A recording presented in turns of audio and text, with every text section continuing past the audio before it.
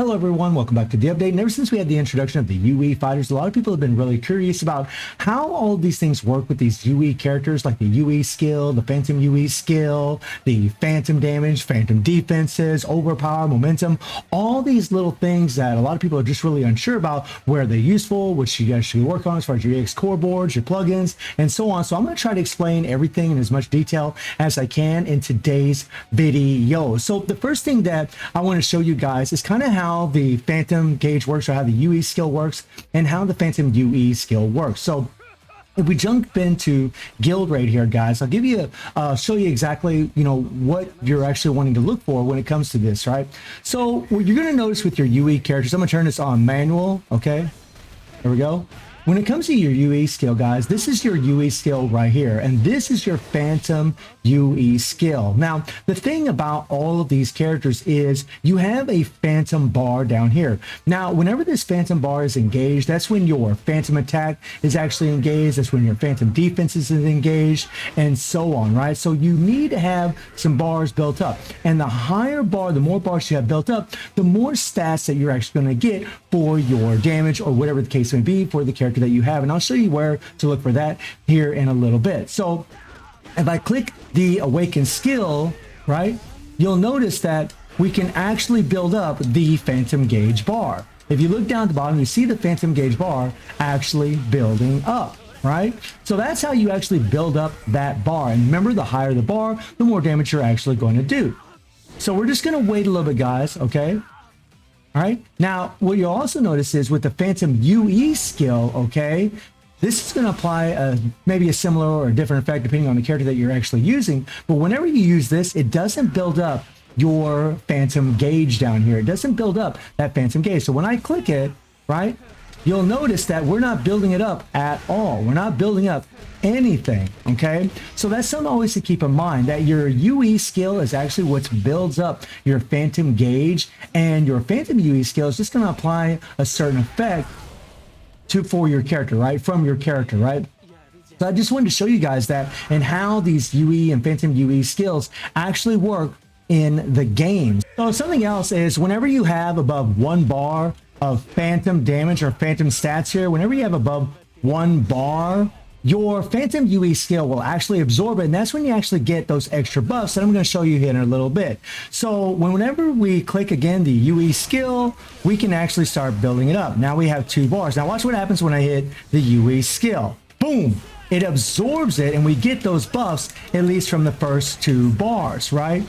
We'll get those buffs from 2 bars, and whenever you have 3 bars fully built up, you'll get all the buffs all at once. It'll actually absorb all those bars, and you'll get all of them, right? Now, if you're below this bar, it won't absorb anything. So you need a minimum of 1 bar to at least get the first tier 2 buff, and then 2 bars for a tier 2 buff, and then 3 bars for the tier 3 buff. So let's jump out of here, and let me show you where to actually find those, where you're going to get those extra stats for those 3 bars of Phantom gauge. So when we jump out of here and we take a look at the fighters, right, we'll just take a look at Mukai here. Whenever you click on here, you'll notice that there's going to be some extra damages here, okay? So you see this tier 1, tier 2, tier 3.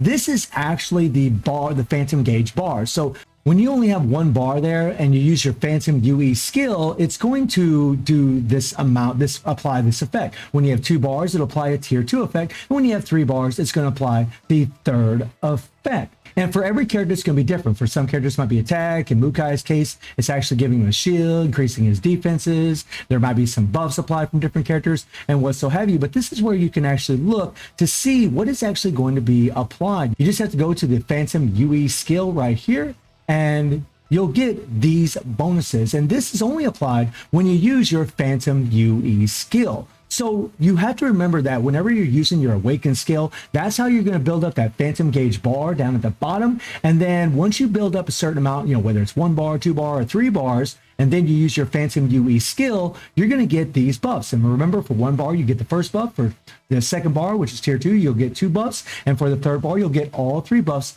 all at once. So it's going to be really important to build up that Phantom gauge bar in order to do the most damage whenever you use your Phantom UE skill. Now let's move on to the core board for the characters. So this is something else where people are getting very, very confused as far as, what does this all mean? Well, I think that attack, defense, penetration, and HP are pretty self-explanatory, guys. But overpower and momentum have confused a lot of players. What are they? Where are they useful? Why would we have them? Well, if we pull up the forums, guys, and we take a look at the forums here, you're going to notice that we have a little information right here. So overpower, momentum, or special stats that originate from Trojan horses. Trojan horses are the Aegis Challenge bosses. That's who the Trojan horses are. So it may be Ginnets, Alexandrite, Ken Capwan, whoever the character might be in the Aegis Challenge, that is the Trojan horse. Okay, so overpower, momentum are actually going to originate from, in this update's case, Alexandrite, right? And in order to effectively attack the enemies that have the overpower stat, you will need momentum. So you need momentum as a catalyst to the overpower stat. The Aegis system temporarily provides fighters with momentum and overpower. So whenever the Aegis challenge arises, guys, we're going to be using our nuts to level up momentum and overpower, so that way we can do more damage and take less damage from Alexandrite or whatever the Trojan horse boss may be. And these effects can be enhanced by boosting your synchronization with select fighters, and that's exactly what I just talked about. So all the invading Trojan horses have the ability to overpower in order to effectively deal damage to opponents with overpower. You need to use momentum, just like I said a second ago, momentum is a catalyst to overpower. You need momentum in order to do more damage to the Trojan horse, which is Alexandrite, that has the overpower effect, right? It offsets overpower. Momentum offsets overpower. And as you guys can see, you have momentum and overpower right here, right? This is what you're going to be leveling up with your nuts for the Aegis Challenge. So do remember that momentum and overpower are going to be specifically for the Aegis Challenge events. And so that's what momentum and overpower are, right? You need momentum to offset the overpower from the Trojan horse, which is going to be the Aegis Challenge boss, right? But you're also going to want to have overpower, so you'll actually be able to decrease damage received from the Aegis Challenge boss. You're going to want to level up both of them on your fighters, whoever you're using in that Aegis Challenge. That's where these things are actually going to come into play,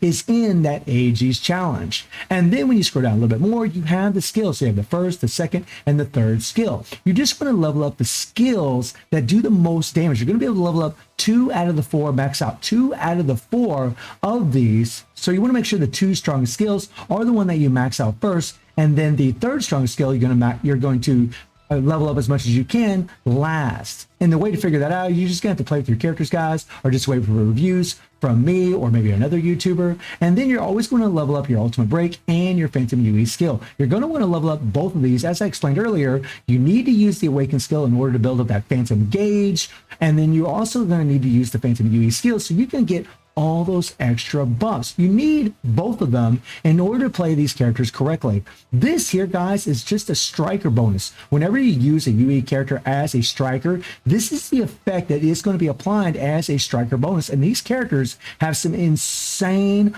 bonuses. We can dive into that to another video. But essentially, guys, really, you just want to level up as much as possible. And remember that overpower and momentum were specifically designed for the Aegis Challenge, as I explained earlier. But it's really the skills is where that confusion may lie, and that's always been the case, whether it was EX characters and now currently the UE characters, because you really do have to make sure that the most powerful skills are the ones that are getting maxed out first. And something that I like about the core board is that they show all the stats that are being applied. You see these +2s, +4s, and so on, and these are actually from the plugins, which I'm going to talk about here in a second, but they actually show what these things actually do. So you see the Shizu here, right? We're getting an extra damage by 180%, and that's because it's maxed out and we have the level 4, right? Which is awesome. So let's dive into the plugins, all right? So here are our plugins. Now, when it comes to plugins, you can equip 5 plugins to every UE character or ultimate character.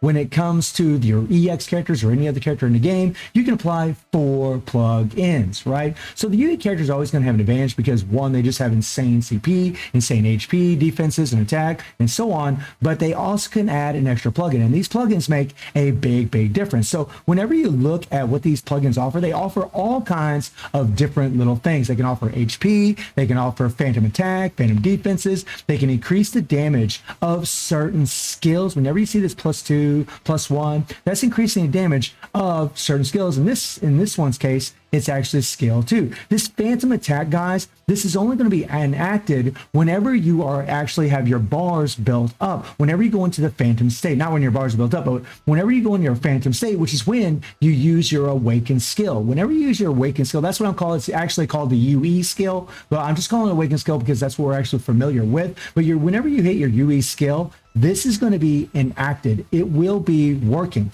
But whenever you're just running through your skills, you haven't used your UE skill, this is not going to be applied as far as extra damage. And the same with this here. But the HP you will always have. If it specifically says Phantom, you need to be in the Phantom state, which means you need to use your UE skill in order to get these buffs applied. If you're not using that UE skill or Awaken skill, then you're not going to get this Phantom attack, or you're not going to get like your phantom defenses, like this increased basic attack damage increased by 20%. You'll always have that, right? So you need to pay attention to what these things offer. If it says phantom, you need to be in the phantom state, which means again, you need to use that UE skill. This increased active skill damage by 25%. This is always going to be enacted. That HP is always going to be applied, but this phantom attack will only be applied whenever you're in the phantom state. So whenever you're putting these plugins on these characters, you really need to pay attention to what benefits the character the most, as far as whatever the case may be for you and your situation, whether it's survivability, attack. Obviously, if it's survivability, you're looking for things with defenses,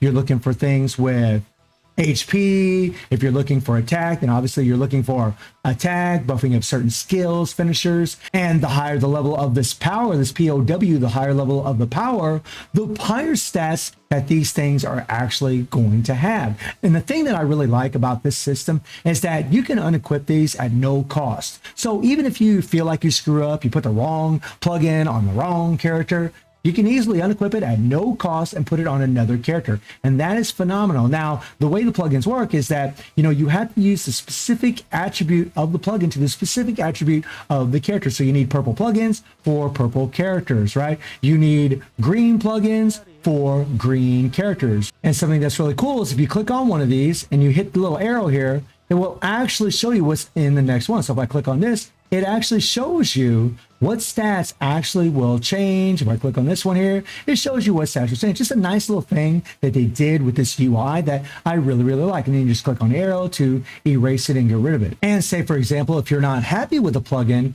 you can actually come out of here and you can go to equipment and you can go to your plugins here and you can actually salvage your plugins, right? So you can salvage your lowest rarity, and there are 4 different rarities currently in the game. And obviously the brown ones are the weakest rarity. And these are really the ones that you should be salvaging in order to get some certain materials. Now, in order to change the stat on specific colors, so for example, if I want to change the stat on a gold one, you have to salvage gold plugins in order to get the materials to change the stat on a gold plugin. If I'm trying to change the stat on a silver plugin, then I need to salvage these ones right here. But I'm just going to go ahead and click this right here, right? And I'm going to click on this, and it's going to salvage all of these, right?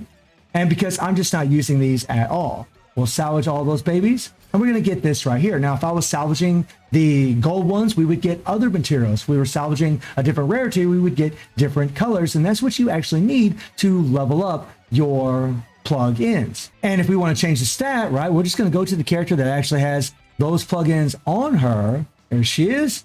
And we click on this, guys, and you can see the change option effect. So you would click on that thing, right? These are the materials that we just salvage. You would click on whatever one you want to change. Now, the higher the rarity of the plugin, you're going to have more options. You can pick whichever option you actually want to change. It's going to cost you gold in order to change it, right? So if I want to change this HP, I can click change options, and it's going to give me some random stat. This actually changed to active skill 2 plus 2 damage. This is actually a lot better than HP for damage. I would click select, and then it's done, right? And now I have change active skill to damage, which is awesome. So again, whenever you're changing stats on your plugins, you're really looking for the right stat for the character, right? If you're trying to build them for survivability, if you're trying to build them for damage, it really just depends on the route that you're actually going with the character as far as what is the best one. But this is all RNG, guys. So if you don't get the one that you want, you're just going to have to keep doing it over and over and over. So if we come out of here and we click on the next one, you can see that we have overpower and blast skill damage. Now, the only stats that you can actually change are the ones under this line right here. You're never going to change the overpower effect,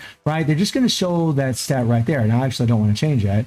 But let's click on this next one here, right? So we have active skill 1 and 2 damage. This is actually really good, again, for late units. So I really wouldn't want to change it. Again, you can't change these top stats, but you can change one of the bottom ones. So we have 2 stats here. We can actually pick which one of these we want to change. Now, the reason I don't have these materials, you guys are going to notice that this is a different color material. This is the color of the rarity that we actually need to salvage, right? And since I didn't salvage any of them, I don't have any of these materials. So remember that you have to salvage the right rarity of the plugin that you're actually trying to change the stat of. So in this plugin's case, right, this is a silver bordered plugin. So we actually need those silver materials. We need to salvage other silver plugins in order to get these materials. If it is a gold one, then you need to salvage gold plugins in order to get the right materials to change the stat on a gold plugin, and so on. And remember, if you do screw up on your plugins, guys, if you end up putting the wrong plugin on them,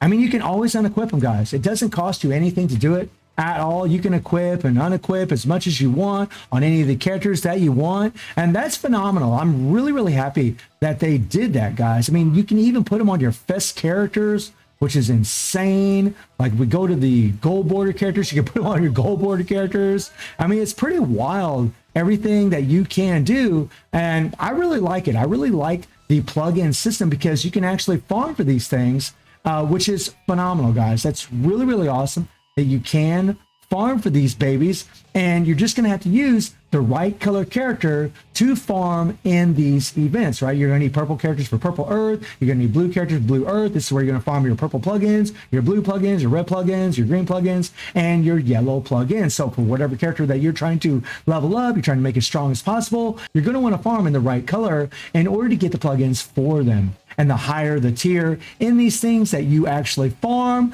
the higher chance of a better rarity that you actually will get. So hopefully this sheds some light on the core board and the plugins for these UE characters, the way that the UE skill works and the Phantom UE skill does work. So let me know if this helps any of you out there. And I do stream on Twitch at 9 p.m. GW7 time. The link is in the description below. And I hope you enjoyed the video. Thank you for watching. Y'all take care and have a good one. See you, everybody. Take care.